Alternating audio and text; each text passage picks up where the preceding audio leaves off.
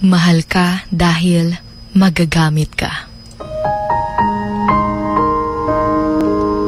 Nakakalungkot lang isipin na may mga taong mamahalin lang tayo dahil magagamit tayo.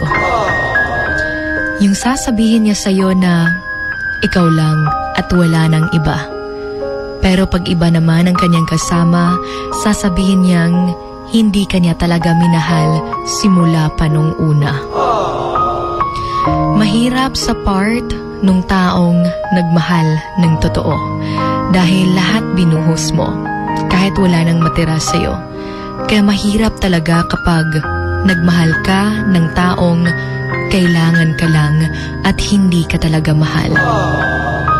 Dahil hanggang sa mga magagamit ka, ay gagamitin ka talaga hanggang sa maubos.